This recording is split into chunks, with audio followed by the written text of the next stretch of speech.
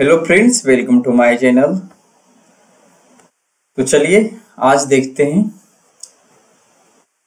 Economics से 10 ही question देखेंगे, क्योंकि 20 क्वेश्चन में टाइम भी ज़्यादा लगता है और ज़्यादा बढ़िया से कर भी नहीं पाते हैं। ठीक है, PSIR कल था वो लगवाते हैं। ठीक है, और बीच में क्या है 2024 तक का सेट खत्म करना था, तब 10 क्वेश्चन भी लेकर चलेंगे तो खत्म हो जाएगा। ठीक है, तो आइए देखते हैं आज का 10 क्वेश्चन आखिर है क्या। चलिए देखते हैं।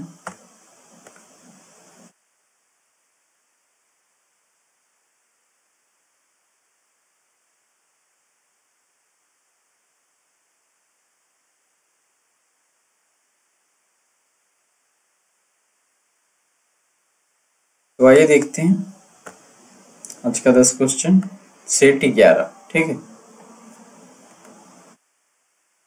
तो क्वेश्चन है कि भारत में प्रत्यक्ष विदेशी निवेश के संदर्भ में निम्नलिखित में से कौन सी उसकी प्रमुख विशेषता मानी जाती है।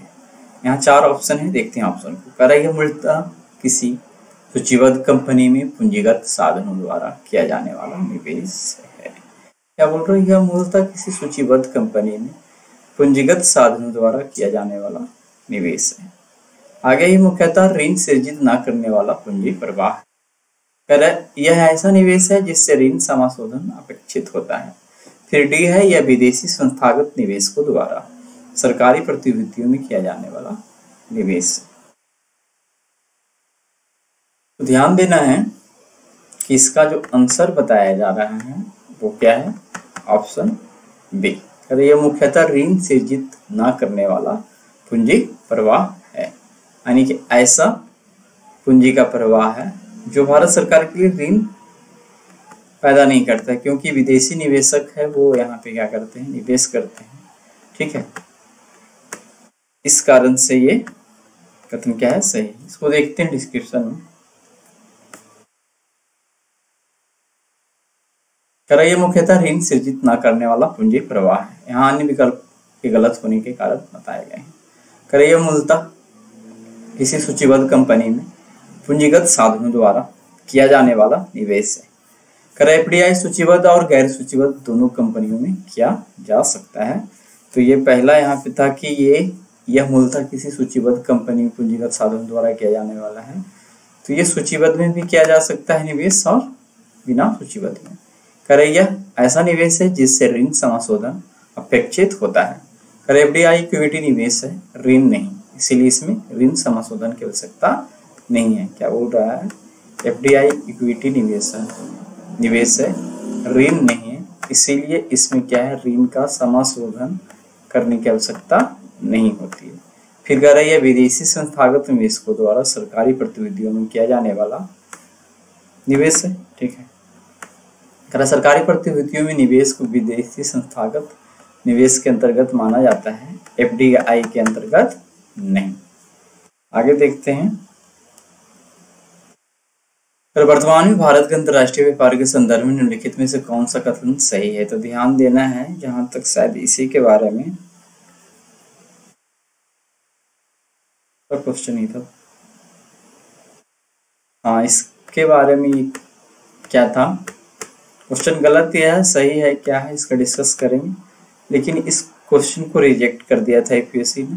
ठीक है, लेकिन जो भी अभी टर्म दिया हुआ है कहीं कहीं इसके ढूंढने पे ये 1, 3 और 4 को आंसर बताया जा रहा है कि भारत के माल का निर्यात माल के आयात से कम है। तो ये कथन तो सही है, अभी भी चल रहा है। ठीक है, भारत के लोहे एवं इस्पात, रसायनों, उर्वरकों और मशीनों के आयात में हाल के वर्षों में कमी आई है। तो इस कथन को गलत रखा गया है। हाल के वर्ष में तो विकास हो रहा है, तो और ये सब बढ़ा ही है। ठीक है, तो इसको इस आधार पे गलत किया गया होगा। और क्वेश्चन 2020 का है, तो 4-5 साल पुराना ही है। और भारत की सेवाओं का निर्यात सेवाओं के आयात से अधिक है। तो इस कथन को, इसमें एक कथन तो छोटा होगा, अच्छा ये चौथा होगा। ठीक है ना, यहाँ 4 नंबर छूट गया है। सही रखा है, भारत की सेवाओं का जो निर्यात है सेवाओं के आयात से अधिक है। तो सॉफ्टवेयर या वगैरह का क्या है, निर्यात भारत अधिक करता है, तो ये अधिक माना जाता है। लेकिन आखिर इस क्वेश्चन को क्यों रिजेक्ट किया था ये हमने देखा नहीं। क्योंकि वहाँ तो सिर्फ आंसर की में रिजेक्टेड लिखा हुआ है, कारण तो है नहीं, और भी कहीं मिला है तो उसका कारण नहीं बताया गया था। पर भारत को कुल मिलाकर व्यापार ये चालू खाते का घाटा हो रहा है, तो ये तो होता ही है, तो इस कारण से ये सही है। बट क्या है, यूपीएससी ने इस क्वेश्चन को रिजेक्ट किया था। आगे देखते हैं, तो आगे देखते हैं कभी कभी समाचारों में पाया जाने वाला पद वेस्ट टेक्सास इंटरमीडिएट निम्नलिखित में से किस एक पदार्थ की श्रेणी से संबंधित है? कच्चे तेल की, बहुमूल्य धातु की, दुर्लभ मृदा तत्वों की या यूरेनियम की? तो ध्यान देना है, कभी कभी समाचारों में पाया जाने वाला पद वेस्ट टेक्सास इंटरमीडिएट निम्नलिखित में से किस एक पदार्थ की श्रेणी से संबंधित है? तो ये आंसर होगा कच्चे तेल की। ठीक है, क्या आंसर होगा? कच्चे तेल के। कलर वेस्ट टेक्सास इंटरमीडिएट एक विशेष प्रकार के कच्चे तेल को संदर्भित करता है जिसको एक बेंचमार्क के रूप में किया जाता है। यह तेल अपने हल्के और मीठे गुणों के लिए जाना जाता है, जो इसे रिफाइनिंग के लिए आदर्श बनाता है। आगे भारतीय अर्थव्यवस्था के संदर्भ में निम्नलिखित में से कौन सा से गैर वित्तीय ऋण में सम्मिलित है? ठीक है, तो इसका आंसर यूपीएससी ने क्या दिया है? परिवारों का बकाया या ऋण। तो गैर वित्तीय ऋण तो परिवारों का बकाया गृह ऋण, तो ये सरकार से रिलेटेड नहीं है, तो ये गैर वित्तीय ऋण का। ठीक है, और सरकारी निकायों के द्वारा जो ये राजकोष बिल लिया जाता है ना, इसको भी क्या है? गैर वित्तीय ऋण ही माना जाता है और एक तरह से अल्पकालिक है। फिर क्रेडिट कार्डों पर बकाया राशि, तो ये निजी लोगों से ही जनरली संबंधित होता है, तो ये तीनों को माना गया है। जब आप इसका बहुत सारी जगह पे आंसर ढूंढेंगे तो इसको कहा जा रहा है कि वित्तीय ऋण होता है, ना कि गैर वित्तीय ऋण। ठीक है, लेकिन बढ़िया से इसका यदि आप आंसर ढूंढिएगा तो वही है कि ये अल्पकालिक गैर वित्तीय ऋण है, क्योंकि ये सरकारी निकायों द्वारा लिया जाता है। ठीक है, ये वित्तीय निकाय ऋण में इसको नहीं माना जाता है। तो गैर वित्तीय ऋण में वित्तीय क्षेत्र के बाहर की संस्थाओं द्वारा लिए गए ऋण शामिल होते हैं, जैसे कि परिवार, व्यवसाय और सरकारी निकाय। ठीक है, कल परिवारों को बकाया गृह ऋण और क्रेडिट कार्डों पर बकाया राशि दोनों गैर वित्तीय ऋण के उदाहरण है, क्योंकि वे व्यक्तियों और परिवारों द्वारा लिए गए ऋण का प्रतिनिधित्व करते हैं। ध्यान देना है कि यहाँ पे आपको राजकोष बिल को हटा दिया गया है, बट ये होगा कह रहा है सरकार द्वारा जारी किए गए अल्पकालिक ऋण साधन है, और ये गैर वित्तीय ऋण का ही एक उदाहरण है। इसको आप क्या सही मान के चलिए, यहाँ पे 3 हो गए। हाँ, नहीं, ये गैर वित्तीय ऋण है। आगे देखते हैं, भारत में क्यों कुछ परमाणु रिएक्टर IAEA सुरक्षा उपायों के अधीन रखे जाते हैं जबकि अन्य इस सुरक्षा के अधीन नहीं रखे जाते हैं? ठीक है, भारत में क्यों कुछ परमाणु रिएक्टर IAEA सुरक्षा उपायों के अधीन रखे जाते हैं जबकि अन्य इस सुरक्षा के अधीन नहीं रखे जाते हैं? ठीक है, तो यहाँ क्या होगा? ऑप्शन बी, कुछ आयातित यूरेनियम का प्रयोग करते हैं और अन्य घरेलू आपूर्ति का। तो कह रहा है क्या, भारत में क्यों कुछ परमाणु रिएक्टर IAEA सुरक्षा उपायों के अधीन रखे जाते हैं? तो ये इंटरनेशनल सुरक्षा उपाय जो है उसका वर्णन करता है, लेकिन कुछ जो है सुरक्षा के अधीन नहीं होता है। तो इसको यदि ये आंसर तो होगा। ठीक है, तो जो यूरेनियम दूसरे देश से मंगाया जाता है उसका जो है IAEA सुरक्षा उपायों के अधीन उसको रखा जाता है, मॉनिटर किया जाता है। बट जो यूरेनियम भारत में पैदा होता है उसका मॉनिटर नहीं किया जाता है, ऐसा कुछ है। तो वही भारत में जिन परमाणु रिएक्टरों में आयातित यूरेनियम का उपयोग किया जाता है उन्हें अंतर्राष्ट्रीय परमाणु ऊर्जा एजेंसी के सुरक्षा उपायों के तहत रखा जाता है। और यह सुनिश्चित करने के लिए किया जाता है कि आयातित यूरेनियम का उपयोग केवल शांतिपूर्ण उद्देश्यों के लिए किया जाए और इसका सैन्य उद्देश्यों के लिए उपयोग। जिन रिएक्टरों में घरेलू आपूर्ति के यूरेनियम का उपयोग किया जाता है वे IAEA सुरक्षा उपायों के अधीन नहीं होते हैं। यह भारत की परमाणु नीति और अंतर्राष्ट्रीय समझौते के अनुरूप है। यह ध्यान रखना महत्वपूर्ण है कि भारत अपने परमाणु ऊर्जा कार्यक्रम में सुरक्षा और गैर प्रसार के लिए प्रतिबद्ध है। फिर व्यापार संबंधी निवेश उपायों के संदर्भ में निम्नलिखित कथनों में से कौन सा सही है? तो आइए देखते हैं ट्रिम्स के बारे में। ठीक है, तो ये क्या करता है? विदेशी निवेशक द्वारा किए जाने वाले आयात पर परिमाणात्मक निर्बंधन या निषेध करता है या होते हैं, तो ये कथन क्या है? सही है। अगर ये वस्तु एवं सेवाओं दोनों के व्यापार से संबंधित निवेश उपाय पर लागू होते हैं, तो ये जनरली व्यापार से संबंधित, वस्तु से संबंधित, सेवाओं से संबंधित उपायों पे लागू नहीं होता है, जिस कारण से ये गलत होगा। अगर ये विदेशी निवेश के नियमन से संबंधित नहीं है, तो ये विदेशी निवेश से नियमन से संबंधित नहीं है, शायद ये कथन यहाँ पे सही है। इसका रेगुलेशन जो है क्या है? ट्रिम्स नहीं करता है। व्यापार विधि ये सब है उसको नियमन करता है, निवेश को नियमन नहीं करता है, ऐसा कुछ है। ठीक है, तो वही ट्रिम्स समझौते का उद्देश्य विदेशी निवेश पर लगाए गए व्यापार विकृत उपायों को खत्म करना है। कर यह समझौता विश्व व्यापार संगठन द्वारा प्रशासित है। यह समझौता सदस्य देशों को ऐसे उपाय लागू करने से रोकता है जो वस्तुओं के व्यापार को प्रतिबंधित या विकृत करते हैं।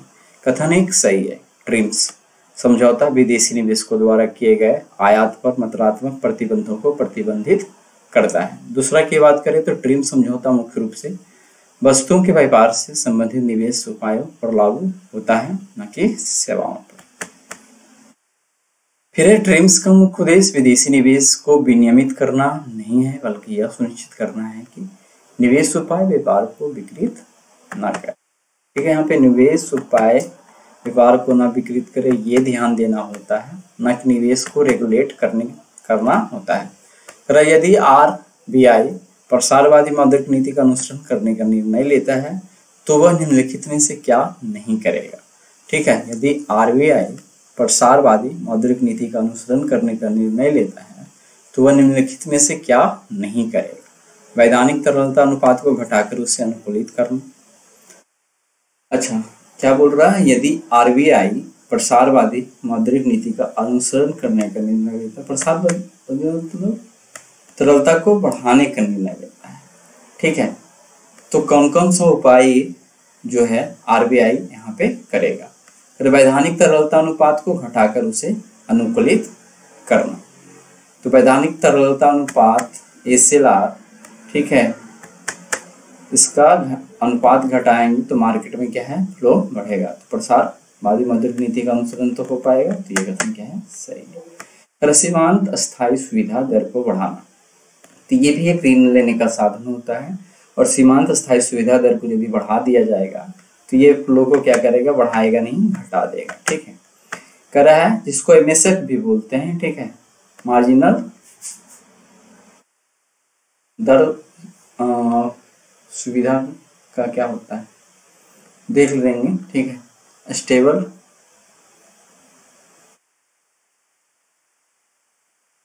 इंग्लिश छोड़ते हैं, आगे देखते हैं। कर बैंक दर को घटाना तथा रेपो दर को भी घटाना। तो बैंक दर और रेपो दर भी यदि घटता है, ठीक है, रेपो दर वो दर होता है जिस दर पे RBI अन्य व्यापारिक बैंकों को क्या है? उधार देता है। तो वो यदि घटेगा तो बैंक के पास पैसा आएगा, बैंक के पास यदि कम रेट पे पैसा आएगा अधिक, तो कम रेट पे ही क्या होगा? लोगों को भी देंगे। तो यहाँ पे एक दूसरे से संबंधित है, बैंक दर और रेपो दर को घटाना। तो ये दोनों, ये कथन सही है, लेकिन दूसरा गलत है। इस कारण से ये क्या होगा? 1 और 3 सही हो जाएगा। चलिए आगे देखते हैं। गलत प्रसारवादी मौद्रिक नीति। करैया नीति अर्थव्यवस्था में धन की आपूर्ति बढ़ाने और आर्थिक विकास को प्रोत्साहित करने के लिए अपनाई जाती है। कर इसका उद्देश्य ब्याज दरों को कम करना, उधार को प्रोत्साहित करना और खर्च को बढ़ाना है। कर RBI द्वारा उठाए जाने वाले कदम। वैधानिक तरलता अनुपात को कम करना। करैया बैंकों को अधिक ऋण देने के लिए अधिक धन उपलब्ध कराता है, जिससे अर्थव्यवस्था में तरलता बढ़ती है। बैंक दर और रेपो दर को कम करना, इससे बैंकों के लिए, चलिए तो समझा ही दिए ना, ये देखते हैं। अगर MSF दर को बढ़ाने से बैंकों के लिए उधार लेना महंगा हो जाता है, जो विस्तारवादी नीति के उद्देश्य के विपरीत है। ठीक है, मार्जिनल स्टैंडिंग अबेफ का मतलब क्या होता है देख लीजिए। अगर विस्तारवादी नीति के उद्देश्य के विपरीत है। अगर विस्तारवादी नीति का उद्देश्य उधार की लागत को कम करना होता है, इसीलिए RBI इस दर को नहीं बढ़ाएगा। 1991 के आर्थिक उदारीकरण के बाद की भारतीय अर्थव्यवस्था के संबंध में निम्नलिखित कथनों पर विचार कीजिए। शहरी क्षेत्रों में श्रमिक की उत्पादकता 2004 से 5 की कीमतों पर प्रति श्रमिक में वृद्धि हुई है, जबकि ग्रामीण क्षेत्रों में इसमें कमी आई है। तो ये क्वेश्चन 2020 का है और पूछा कब का गया था, 2005 के डेटा से। तो इसको क्या है, सही है, एक तरह के उस करंट अफेयर में इसको रख सकते हैं, ठीक है। और करंट अफेयर भी है तो कितना पुराना है, इसमें आया तो 15 साल। तो ये लंबा डेटा भी पूछ दिया जाता है। फिर ये कार्यबल में ग्रामीण क्षेत्रों की प्रतिशत हिस्सेदारी में सतत वृद्धि हुई। कार्यबल में ग्रामीण क्षेत्रों की प्रतिशत हिस्सेदारी में सतत वृद्धि हुई है, ये गलत होना चाहिए, ठीक है। सतत वृद्धि नहीं हुई है कार्यबल में ग्रामीण क्षेत्रों की। फिर ग्रामीण क्षेत्रों में गैर कृषि अर्थव्यवस्था में वृद्धि हुई है। तो खेती के काम को छोड़कर अन्य अर्थव्यवस्था जो है तो ग्रामीण क्षेत्रों में वृद्धि हुआ है, ये सही है। फिर ग्रामीण रोजगार की वृद्धि दर में कमी आई है, इसके लिए भी सही बताया जा रहा है कि ग्रामीण रोजगार की वृद्धि दर में कमी आई है ओवरऑल। तो यहाँ पे 3 और 4 को क्या है, सही माना गया है। 1991 का आर्थिक उदारीकरण। 1991 में आर्थिक उदारीकरण के बाद भारतीय अर्थव्यवस्था में कई महत्वपूर्ण परिवर्तन हुए हैं। इसका उद्देश्य अर्थव्यवस्था को अधिक प्रतिस्पर्धी और वैश्विक रूप से एकीकृत बनाना था। कथन पहला की बात करें तो ये गलत है। आर्थिक उदारीकरण के बाद शहरी और ग्रामीण दोनों क्षेत्रों में श्रमिक उत्पादकता में क्या हुआ था, वृद्धि हुआ था। फिर दूसरा है कार्यबल में ग्रामीण क्षेत्रों की प्रतिशत हिस्सेदारी में कमी आई है, क्योंकि शहरी क्षेत्रों में उद्योगों और सेवाओं का विस्तार हुआ है। तो उस तुलना में कह सकते हैं, ठीक है, कार्यबल में ग्रामीण क्षेत्रों में क्या है, कमी आया है, क्योंकि शहरों की ओर कह सकते हैं पलायन कर गए होंगे। ग्रामीण क्षेत्रों में गैर कृषि अर्थव्यवस्था में वृद्धि हुई, क्योंकि ग्रामीण क्षेत्रों में भी उद्योगों और सेवाओं का विकास हुआ है। लेकिन तुलनात्मक रूप में यदि देखा जाए तो ग्रामीण क्षेत्रों में ऊपर वाला जो है कार्यबल में क्या हुआ है, कमी हुआ था। ग्रामीण रोजगार की वृद्धि दर में कमी आई है, क्योंकि कृषि क्षेत्र में रोजगार की वृद्धि दर में कमी आई है और ग्रामीण लोग ज्यादातर कृषि में लगे होते हैं और शहरी क्षेत्रों में रोजगार के अधिक अवसर पैदा हुए हैं। आगे देखते हैं, निम्नलिखित कथनों पर विचार कीजिए। कृषि क्षेत्र को अल्पकालीन साख परिधान करने के संदर्भ में जिला केंद्रीय सहकारी बैंक, यहाँ पे एक टर्म आया है, जिला केंद्रीय सहकारी बैंक अनुसूचित वाणिज्यिक बैंकों एवं क्षेत्रीय ग्रामीण बैंकों की तुलना में अधिक ऋण देते हैं। कृषि क्षेत्र को जो ऋण देने का काम अधिक करता है वो अनुसूचित वाणिज्यिक बैंकों को और क्षेत्रीय ग्रामीण बैंकों को, और ये जो है जिला केंद्रीय सहकारी बैंक, इन दोनों को फंडिंग करते हैं, ये होना चाहिए। इस कारण से ये क्या होगा, गलत होगा। DCB का एक सबसे प्रमुख कार्य प्राथमिक कृषि साख समितियों को निधि उपलब्ध कराना होता है। तो यही है प्राथमिक में ये सब, कौन, अनुसूचित वाणिज्यिक बैंक और क्षेत्रीय ग्रामीण बैंक। तो ये कथन क्या है, सही है, केवल 2 क्या हो जाएगा, सही हो जाएगा। जिला केंद्रीय सहकारी बैंक। ये सहकारी बैंक संरचना के मध्य स्तर पर कार्य करते हैं। का मुख्य कार्य प्राथमिक कृषि साख समितियों को निधि उपलब्ध कराना है, जो किसानों को ऋण प्रदान करते हैं। फिर है कथन पहला गलत क्यों है, तो अनुसूचित वाणिज्यिक बैंक और क्षेत्रीय ग्रामीण बैंक कृषि क्षेत्र को अल्पकालीन साख परिधान करने में DCCBS की तुलना में अधिक महत्वपूर्ण भूमिका निभाते हैं, क्योंकि DCCBS का काम क्या होता है, जनरली इन दोनों बैंकों को निधि मतलब कि फंड को उपलब्ध करवाना होता है। दूसरा है कि DCCBS का सबसे महत्वपूर्ण कार्य PACS को निधि उपलब्ध कराना है, क्योंकि वे किसानों के निकटतम स्तर पर कार्य करते हैं। इसीलिए केवल कथन क्या है, 2 सही। भारत में किसी व्यक्ति को साइबर बीमा कराने पर निधि की हानि की भरपाई एवं अन्य लाभों के अतिरिक्त सामान्यतः निम्नलिखित में से कौन कौन से लाभ दिए जाते हैं। यदि कोई मैलवेयर कंप्यूटर तक उसकी पहुंच बाधित कर देता है तो कंप्यूटर प्रणाली को पुनः प्रचालित करने में लगने वाली लागत, इसकी क्वेश्चन क्या है, भारत में किसी व्यक्ति को साइबर बीमा कराने पर, अच्छा साइबर बीमा यदि वो करा रखा है तो निधि की हानि की भरपाई एवं अन्य लाभों के अतिरिक्त सामान्यतः निम्नलिखित में कौन कौन सा लाभ मिलता हो। तो यदि कोई मैलवेयर कंप्यूटर तक की उसकी पहुंच बाधित कर देता है तो कंप्यूटर प्रणाली को पुनः प्रचालित करने में लगने वाली जो लागत है, कॉस्ट है, उसको बीमा कवर अरे यदि यह प्रमाणित हो जाता है कि किसी शरारती तत्व द्वारा जानबूझकर कंप्यूटर को नुकसान पहुंचाया गया है तो नए कंप्यूटर की लागत, ये बोल रहा है कि जनरली नए कंप्यूटर की लागत का भरण नहीं किया जाता है।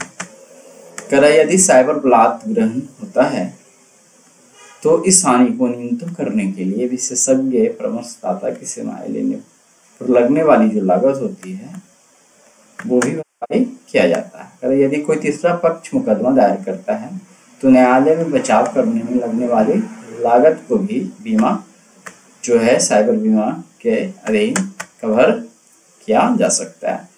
यानी कि एक ये है फिजिकल वस्तुओं की पूर्ति नहीं किया जाएगा, ठीक है। यानी कंप्यूटर खराब हो गया, नुकसान हो गया तो उसको भरपाई नहीं किया जाएगा। तो यहाँ पे हो जाएगा, ठीक है, 1, 3 और 4। तो इसको देखते हैं बढ़िया से। कर यदि कोई मेलवेयर कंप्यूटर तक उसकी पहुंच बाधित कर देता है तो कंप्यूटर प्रणाली को पुनः प्रचालित करने में लगने वाली लागत। साइबर बीमा पॉलिसी आमतौर पर मेलवेयर हमले से सिस्टम की होने पर कंप्यूटर सिस्टम की बहाली के लिए होने वाली लागत को कवर करती है। इसमें मेलवेयर को पहचानने, हटाने और सिस्टम को सामान्य कार्यक्षमता में लाने की लागत शामिल होती है।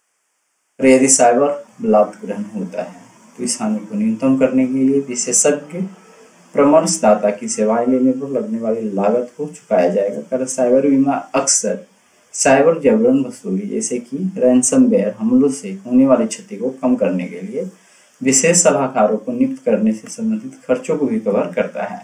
अगर इसमें वार्ता, डेटा रिकवरी या आगे के नुकसान को रोकने से संबंधित लागत शामिल हो सकती है। यदि कोई तीसरा पक्ष मुकदमा दायर करता है तो न्यायालय में बचाव करने में लगने वाली लागत, फिर साइबर बीमा पॉलिसी में कानूनी खर्चों को भी कवर किया जाता है जो किसी तीसरे पक्ष द्वारा दायर किए गए मुकदमों के बचाव में लगते हैं, ठीक है। तो चलिए कल मिलते हैं ज्योग्राफी के क्वेश्चन के साथ, ठीक है, 10 क्वेश्चन के साथ। अब क्या है, 10 ही क्वेश्चन रहेगा रोज, ठीक है।